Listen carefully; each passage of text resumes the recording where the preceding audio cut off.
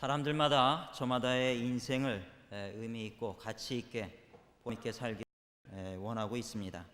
근데 문제는 어떤 삶이 모든 사람이 보기에 가장 의미 있고 가치 있고 보람 있는 것이냐 하는 그 기준이 분명치 않다라고 하는데 문제가 있습니다. 어떤 사람들은 인생을 살아가는 데 있어서 선을 베풀면서 살아가는 것이 가장 인생을 보람 있게 사는 길이라 생각을 합니다. 또 어떤 이들은 남보다 많은 재물을 모아서 남들의 부러움을 받으며 사는 길이 인생을 멋있게 사는 길이라 또 생각을 합니다. 또 어떤 이들은 자기가 하고 싶은 것을 마음대로 하면서 사는 것이 인생을 잘 사는 길이 아니겠느냐 이렇게 생각하는 분들도 없지 않아 있는 것 같습니다. 오늘 성경은 여러 곳에서 우리 사람들이 인생을 살아가는 데 있어서 가장 가치 있게 귀하게 살아가는 방법이 어떤 방법이냐 하는 것을 소개하고 있는데, 그것은 다름이 아니라 하나님 앞에 예배하며 사는 인생이 가장 귀한 인생이다라고 증거하고 있는 것을 보게 됩니다. 우리의 매일의 삶 속에서 하나님을 의지하고 하나님께 감사를 드리며 하나님께 찬양과 경배로 영광 돌릴 줄 아는 사람이야말로 인생을 후회함 없이 가치 있게 살아가는 존재다라고 성경은 우리들에게 증거해 주고 있습니다. 오늘 우리가 하나님 앞에 이같이 예배하기 위해 모였다라고 하는 사실은 매우 감사한 일이 아닐 수가 없습니다. 그런데 우리가 성경을 주의 깊게 살펴볼 것 같으면 우리가 드려지는 예배가 다 하나님이 기쁘게 받으시는 예배는 되지 못한다라고 하는 사실을 우리는 몇 군데서 발견을 할 수가 있습니다. 여러분들 잘 아시는 대로 카인은 하나님께 예배를 드렸지만 그 카인의 제사를 하나님께서 받지 않으셨습니다. 또 우상을 섬기는 그런 이방신을 섬기는 그런 사람들의 예배도 하나님께서는 받지 않으셨습니다.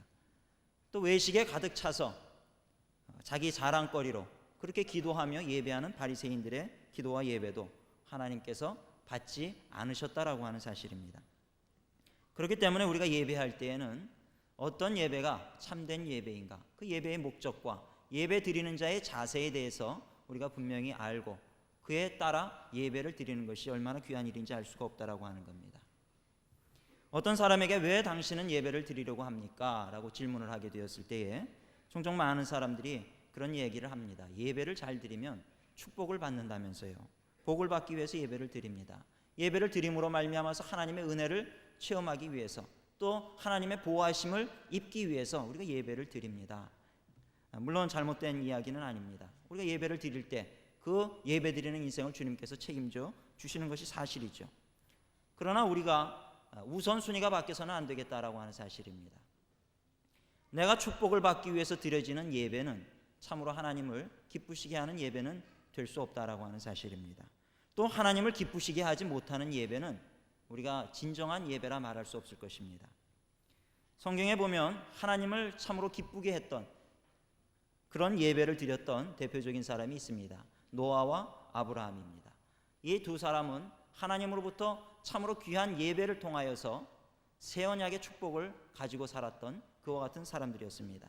이 노아와 아브라함의 공통점이 있다고 하면 이 사람들은 예배를 드릴 때에 나 자신의 건강을 위해서, 나의 삶의 질을 높이기 위해서, 내 가족의 건강을 위해서, 기업의 축복을 위해서 예배를 드린 것이 아니라 꼭 그 앞에는 여호와 하나님을 위하여 제단을 쌓았다라고 기록되어 있는 것을 보게 됩니다.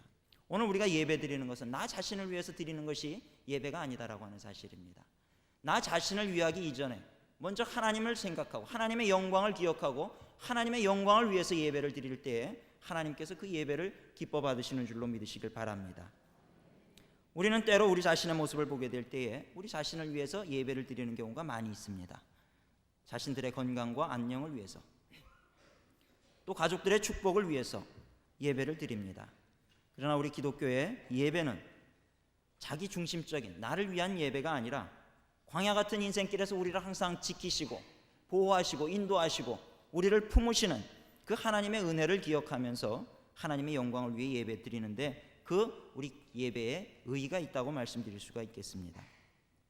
오늘 본문 말씀은 구약의 많은 제사 중에서 특별히 번제라고 하는 그 제사에 대해서 이야기를 하고 있습니다. 번제란 희생제물을 불에 태워서 그 냄새를 하나님께로 올려서 그 냄새를 하나님께서 흠양하시는 제사가 바로 번제입니다. 구약시대의 가장 일반적인 제사의 방법이었고 또 하나님께서 가장 기뻐하셨던 그런 제사의 방법 중에 하나가 바로 이 번제입니다. 그런데 이 번제의 방법을 따라서 제사를 드리게 될 때에 하나님께서 마지막에 번제의 냄새를 맡으시면서 이는 여호와께 향기로운 냄새가 된다고 그렇게 증거하고 있는 것을 보게 됩니다. 오늘 우리가 매 주일 모여서 하나님 앞에 예배를 드립니다. 오늘 우리에 드려지는 이 예배의 단이 진정 하나님 앞에 향기로운 제사가 되어야 할 줄로 믿습니다. 오늘 저는 우리의 예배가 하나님 앞에 향기로운 제사가 되기 위하여서 예배 드리는 자의 자세가 어떠해야 할 것인가, 오늘 성경의 번제의 규례에 근거해서 몇 가지로 살펴보면서 함께 은혜를 나누고자 합니다. 우리의 예배가 진정 하나님 앞에 향기로운 제사가 되기 위해서는 먼저 우리 죄의 고백이 있어야 한다라고 하는 사실입니다. 4절에 보면 번제의 첫 단계에 있어서 우리의 죄를 번제물의 머리에 안수를 하고 그리고 우리의 죄를 전가시키는 일이 바로 번제의 첫 번째 단계였습니다. 마찬가지로 우리가 주님 앞에 나아갈 때 가장 선행되어야 할 일이 무엇인가? 그것은 다름이 아니라 우리 죄의 문제를 청산하고 주님 앞에 나아가는 것이 가장 선행되어야 할 그런 예배의 조건이 되는 것을 믿으시길 바랍니다. 오늘도 우리는 주님 앞에 죄된 모습을 가지고 죄인된 모습을 그대로 가지고 나온 줄 압니다. 우리가 살아가는 그 매일의 순간순간 입술로 범죄를 하고 생각으로 또 마음으로 범죄를 하는 우리들의 모습을 여러분들은 잘 아실 겁니다. 또 형제와의 관계 속에서 남에게 상처를 입히고 또 뜻하지 않은 말로써 남의 마음을 아프게 하고 여러 가지 방법으로 우리가 알지 못하는 그 순간에도 우리는 참 주님이 원치 아니하는 그런 죄를 범하고 있는 그런 것을 우리는 보게 됩니다. 늘 살아서 숨쉬는 그 순간마다 우리는 죄와 버타여서 살아가고 있는 그런 존재들입니다. 씻어도 또 우리가 때를 벗겨내는 우리의 몸과 같이 우리는 늘 죄악 속에 그렇게 살아 존재하고 있다라고 하는 사실입니다. 그래서 때로 우리는 너무 많은 그 죄악에 물들어 있기에 때로 우리는 그것이 죄인지를 모르고 무뎌져 있고 무감각해져 있는 우리의 모습을 발견할 때도 종종 있습니다. 죄를 지으면서도 그것이 죄인 줄 모른다라고 하는 사실입니다. 형제를 비방하면서도 그것이 죄인 줄을 모릅니다. 하나님께서 기뻐하지 않는 일을 행하면서도 우리는 전혀 마음의 동요나 흔들림이 없이 그 일을 행하게 됩니다. 복음 증거를 하지 않아도 그것은 나와 상관이 없는 일이라 생각을 하고 일상에 안주하면서 그것이 죄라는 생각은 결코 해보지 않고 살아가는 우리들의 모습입니다. 주님은 이 세상의 아픔을 바라보면서 누가 나를 위하여 갈고 안타까워하시지만 우리는 그 주님의 음성에 귀를 기울이지 아니하고 그 요청에 우리는 외면하고 주님의 그 마음을 외면하고 우리의 뜻대로 조금도 죄책감 없이 그렇게 살아가는 우리들의 모습을 발견하게 된다라고 하는 사실입니다. 이것은 죄에 무뎌져 있는 우리의 심령을 단적으로 보여주는 증거가 아닐 수가 없습니다. 오늘 우리는 이런 우리의 죄된 모습을 겸손히 하나님 앞에 내어놓는 여러분들이 되시기를 주님의 이름으로 부탁을 드립니다.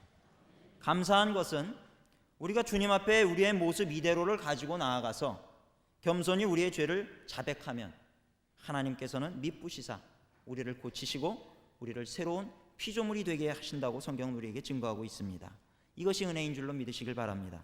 여기에 어떤 책임 회피나 변명의 필요가 없다라고 하는 겁니다. 나의 죄값을 보상하기 위해서 어떤 수단이나 방법을 강구할 필요가 없다라고 하는 겁니다. 단지 하나님 앞에 겸손히 나아가서 나의 실수를 인정하고 나의 죄를 고백하고 힘 주셔서 다음에는 이기게 하여 주시옵소서.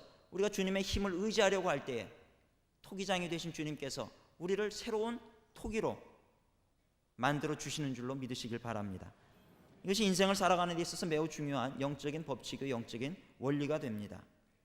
때로 우리가 사회에서 살다 보면 크게 실수를 범하는 사람도 있습니다. 또 사업에 크게 실패하는 사람도 있습니다.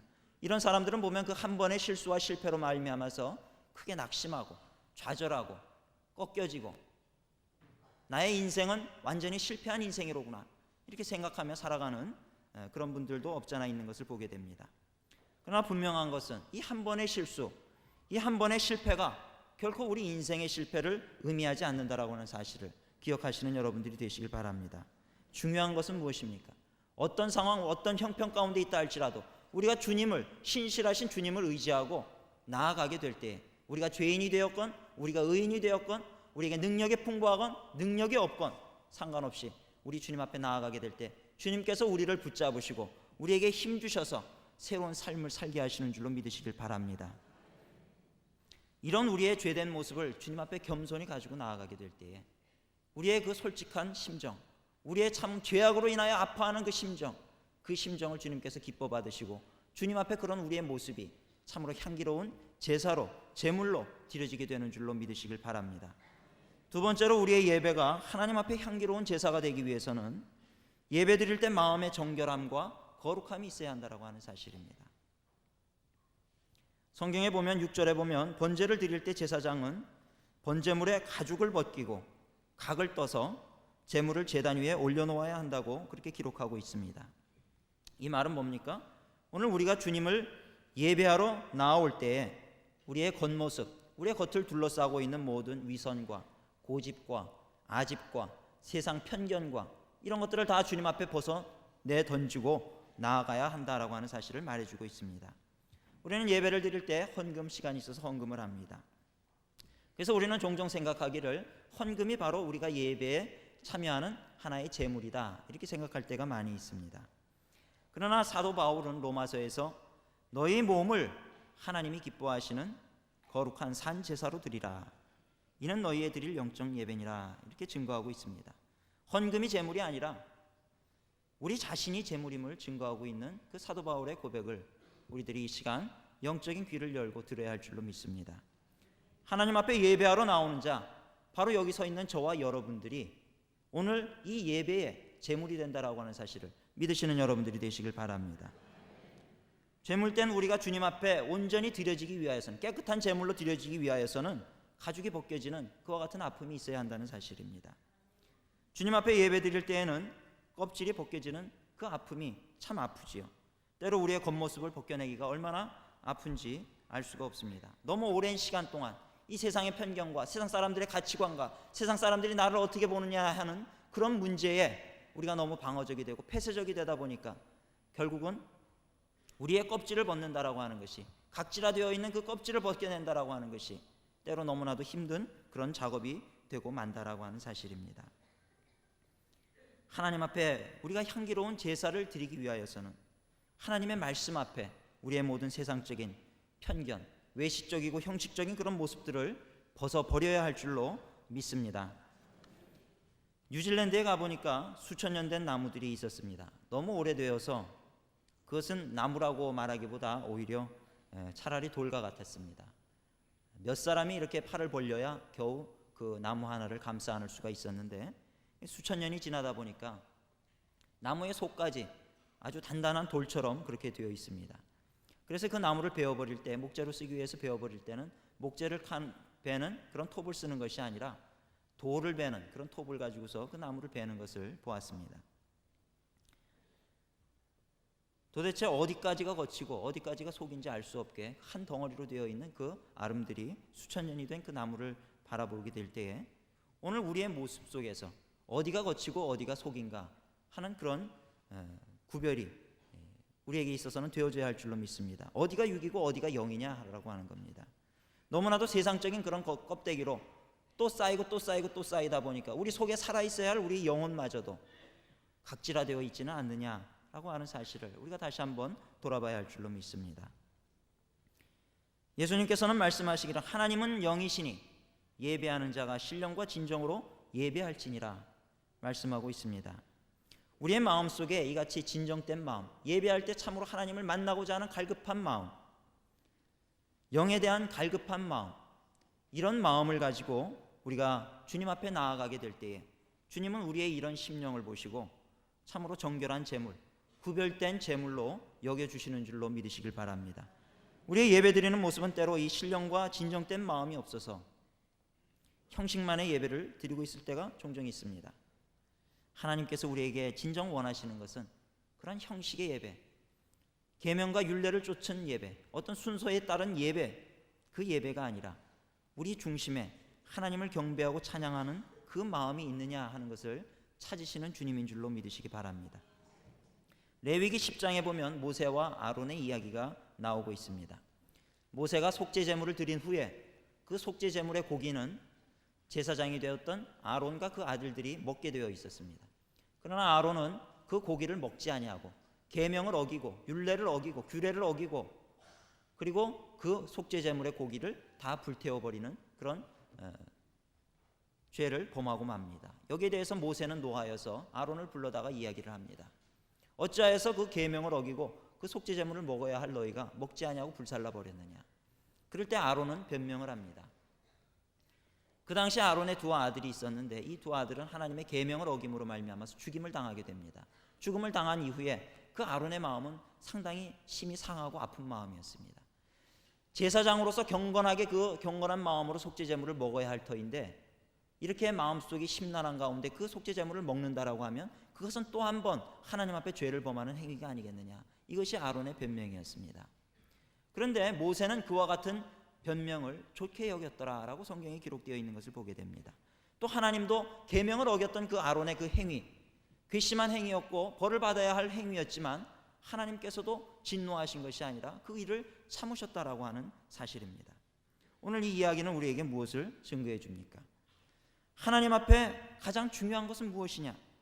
그것은 내가 형식적으로 율법을 지켰느냐 아니냐가 아니라 아론처럼 하나님을 두려워하는 마음, 경외하는 마음, 작은 예배에 참여할 때라도 참으로 하나님을 경외하는 그와 같은 마음을 가지고 있는 그 아론의 모습을 하나님께서 귀하게 여기셨던 것을 우리는 이 시간 기억해야 할 줄로 믿습니다. 그래서 시편 기자는 이렇게 얘기를 합니다. 하나님의 구하시는 제사는 상한 심령이라. 하나님께서 구하시는 제사는 우리의 물질이 아니고 우리의 노력이 아니고 우리의 겉모습이 아니고 우리의 상한 심령, 통회하는 심령, 주여 나를 살려주시옵소서, 주여 나를 구원하여 주시옵소서, 그 통회하는 상한 심령을 주님께서 찾으신다라고 하는 사실입니다. 우리는 흔히 눈에 보이는 재물의 규모와 가치에만 관심을 쏟고 있을 때가 많이 있습니다. 물론 그것이 우리의 정성을 대변한다고 하는 점에 있어서는 나름대로의 가치를 부여할 수 있을 겁니다. 그러나 그 무엇보다 더욱 중요한 것은 우리들의 마음인 줄로 믿으시길 바랍니다. 아론이 보여준 그 겸허한 심령은 비록 우리가 율법을 어겼음에도 불구하고 하나님과 모세의 마음을 기쁘게 할 수 있었다라고 하는 사실은 오늘 우리가 예배에 임할 때 어떤 마음의 자세로 임해야 할 것인가 하는 그런 새로운 깨달음을 얻게 한다라고 하는 겁니다. 예배하는 자에게 필요한 것은 예배의 형식이 아니요 정결한 마음, 하나님을 사랑하는 마음, 신령과 진정으로 예배하는 마음, 또 세리와 같이 주여 이 죄인을 용서하여 주시옵소서, 부르짖으며 자신의 모든 체면과 외식과 허식을 다 벗어버린 그런 솔직한 세리의 마음, 이런 마음을 가지고 주님 앞에 나아가게 될 때에 주님께서는 우리의 그 예배를 향기로운 제물로 받으시는 줄로 믿으시길 바랍니다. 세 번째로 우리가 예배를 드릴 때 그것이 하나님 앞에 향기로운 제사가 되기 위해서는 전적 헌신의 마음이 있어야 한다라고 하는 사실입니다. 9절에 보니까 번제를 드릴 때의 특징은 다른 제사와 다르게 내장까지 모두 불에 태워서 하나님께 드리는 것이 이 번제라고 하는 제사의 방법이 다른 제사와 다른 점이었습니다. 이것은 우리가 예배를 할 때 우리의 전적인 희생과 헌신이 있어야 한다라고 하는 것을 뜻하는 것이라 말할 수 있습니다. 과거 구약시대의 제사는 매우 번거로운 것이었습니다. 그런데 감사한 것은 예수 그리스도의 은혜로 말미암아서 우리는 이제 더 이상 이런 번거로운 제사의 절차를 거치지 않고도 하나님 앞에 나아갈 수 있게 되었다라고 하는 겁니다. 이것은 참으로 큰 하나님의 은혜가 아닐 수가 없습니다. 번제물을 또 잡아서 또 죽이고 각을 뜨고 그것을 불에 살르고 그리고 또 며칠 있다가 또 고기를 번제물을 가져와서 또 잡고 하는 그 수많은 절차, 그런 모든 것을 예수 그리스도의 은혜로 말미암아서 이제는 우리는 그런 번거로운 절차를 피하게 되었고 단번에 예수 그리스도의 이름으로 하나님 앞에 예배드릴 수 있는 존재가 되었다라고 하는 사실은 매우 감사한, 매우 크신 하나님의 은혜가 아닐 수 없다라고 하는 겁니다. 그런데 문제는 이런 제사의 번거로움이 없어지고 예배드리는 방법이 점차 편리해지다 보니까 이제 사람들의 마음속에는 하나님 앞에 진정된 마음마저 사라져버리게 되었다라고 하는 겁니다. 헌신하고자 하는 그런 마음도 이제는 번거로운 짐이 되어서 벗어버리고 싶고 피해버리고 싶고 하는 그런 마음을 갖고 예배에 참석하는 오늘 우리들의 모습을 발견하게 된다라고 하는 사실입니다. 오늘 우리가 주님 앞에 잃어버린 헌신을 다시 회복할 수 있는 여러분들이 되셔야 할 줄로 믿습니다. 오늘 우리는 헌신의 문제를 생각할 때 왜 하나님께서 나에게 헌신을 요구하시는가? 왜 하나님께서 오늘 헌신을 요구하시는가? 그 질문을 한번 물어볼 필요가 있다라고 생각을 합니다. 성경을 잘 살펴볼 것 같으면 때로 하나님께서 우리에게 헌신을 요구하시는 이유가 있습니다. 그것은 헌신을 통해서 어떤 하나님의 사역을 이루고자 하는 그런 뜻도 있지만 그 헌신 속에 담겨있는 하나님을 사랑하는 우리의 그 마음을, 그 마음의 크기, 사랑의 크기를 하나님께서는 보시기 원하신다라고 하는 사실입니다.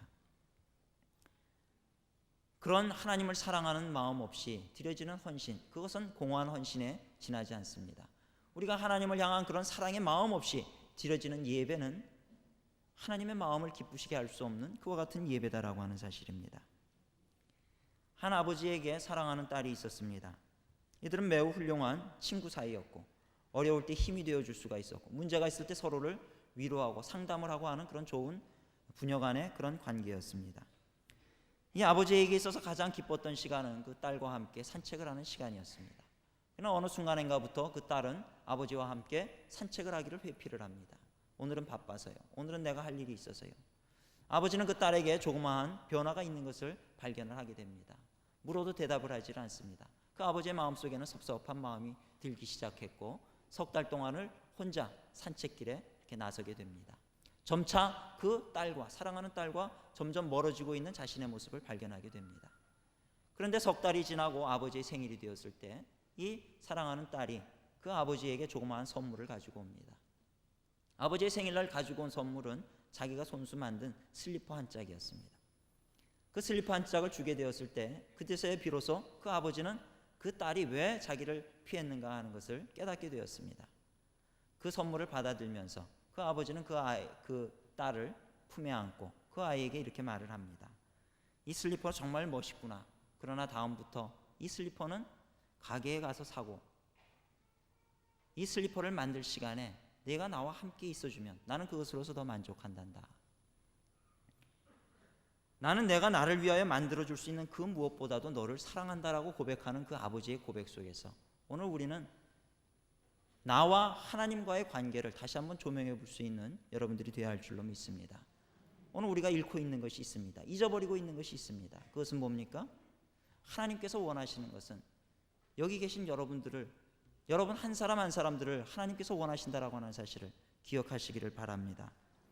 오늘 우리가 하나님 앞에 참으로 그런 사랑과 헌신의 마음을 가지고 나를 사랑하사 나를 위해서 십자가에 달려 죽기까지 하신 그 예수님을 사랑한다는 그 고백을 가지고 주님 앞에 나아가서 우리 자신을 제물로 드릴 수 있는 여러분들이 되시기를 주님의 이름으로 부탁을 드립니다. 주일 예배를 드리면서 헌금을 드리고 시간을 드리는 것으로 우리가 하나님 앞에 드려야 할 헌신을 다했다고 느끼는 사람들도 있습니다. 그러나 정작 하나님께서 원하시는 것은 그 같은 물질이 아니었다라고 하는 겁니다. 바로 우리 자신이었다라고 하는 사실을 다시 한번 기억하는 여러분들 되시기 바랍니다. 노아는 120년이라는 긴 시간을 배를 만들기 위해서 노력을 했습니다. 노아가 방주를 만드는데 걸린 시간은 120년이었다라고 성경은 우리들에게 증거해 주고 있습니다. 이 120년의 기간을 참아내는 인내와 또 손수 그 모든 배를 만드는 그 과정은, 그 수고는 참으로 말로 할 수 없는 그런 노력이었습니다. 그러나 그 노력 속에서 우리가 알 수 있는 것은 무엇이냐? 이 노아라고 하는 사람은 하나님의 명령에 온전히 순종했던 사람이었습니다. 하나님의 명령에 온전히 순종할 수 있었던 사람은 어떤 사람이냐? 하나님을 끝까지 신뢰하고 사랑할 수 있는 사람만이 하나님의 계명을 순종할 수 있는 사람인 줄로 믿으시길 바랍니다. 이와 같은 노아의 순종의 모습, 그것이 하나님 보시기에 아름다운 헌신의 모습이었고 그 과정을 인하여서 하나님께서 그 노아의 모든 배를 짓는 그 과정을 하나님께서 도우시고 축복하신 줄로 믿으시길 바랍니다. 아브라함도 마찬가지였습니다. 하나님은 아브라함에게 명령하셔서 사랑하는 아들 이삭을 제물로 나에게 바쳐라 라고 했을 때 아브라함은 두말하지 아니하고 사랑하는 아들 이삭을 데리고 모리아 산을 향하여 3일 동안을 걷기 시작을 합니다. 그의 걸음은 아마도 매우 아팠을 겁니다. 한 걸음 한 걸음 모리아 산에 가까워오면 가까워올수록 그의 가슴은 아마 더 찢어지는 듯한 그런 아픔을 가졌을 것이다. 우리는 그렇게 상상해 볼 수가 있습니다. 그리고 마지막 순간에 그 사랑하는 아들 이삭을 제물로 드리려고 하는 그 순간에 하나님께서는 아브라함을 막으시고 이삭을 제물로 드리기를 원치 아니하셨던 것을 성경은 우리들에게 증거해 주고 있습니다. 하나님께서 원하셨던 것은 이삭이 아니었다라고 하는 겁니다. 아브라함의 그 하나님을 사랑하는 마음, 그 순종하는 그 마음, 그 헌신하는 그 정도를 하나님께서는 보시기를 원하셨다라고 하는 사실입니다. 아마도 하나님께서는 그 아픈 마음을 쓸어안고 한 걸음 한 걸음 모리아산을 향해서 달려나가는, 걸어나가는 그 아브라함의 그 걸음을 이미 향기로운 제물로 받으신 줄로 믿습니다.